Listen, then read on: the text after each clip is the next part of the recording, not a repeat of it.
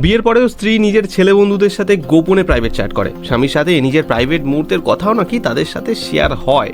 সাম্প্রতিক মধ্যপ্রদেশ হাইকোর্টে এমনই একটা মামলা দায়ের হয় যেখানে এই বিয়ের পরে স্ত্রীর নিজের ছেলে বন্ধুদের সাথে কথা বলার ব্যাপারটা উঠে আসে।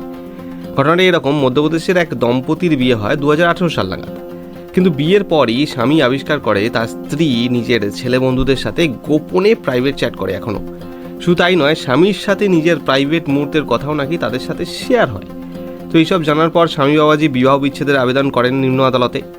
সেখানে একসময় আবেদন মঞ্জুর হলেও ওই ব্যক্তির স্ত্রী তারপর মধ্যপ্রদেশ হাইকোর্টে আবেদন করে বসেন।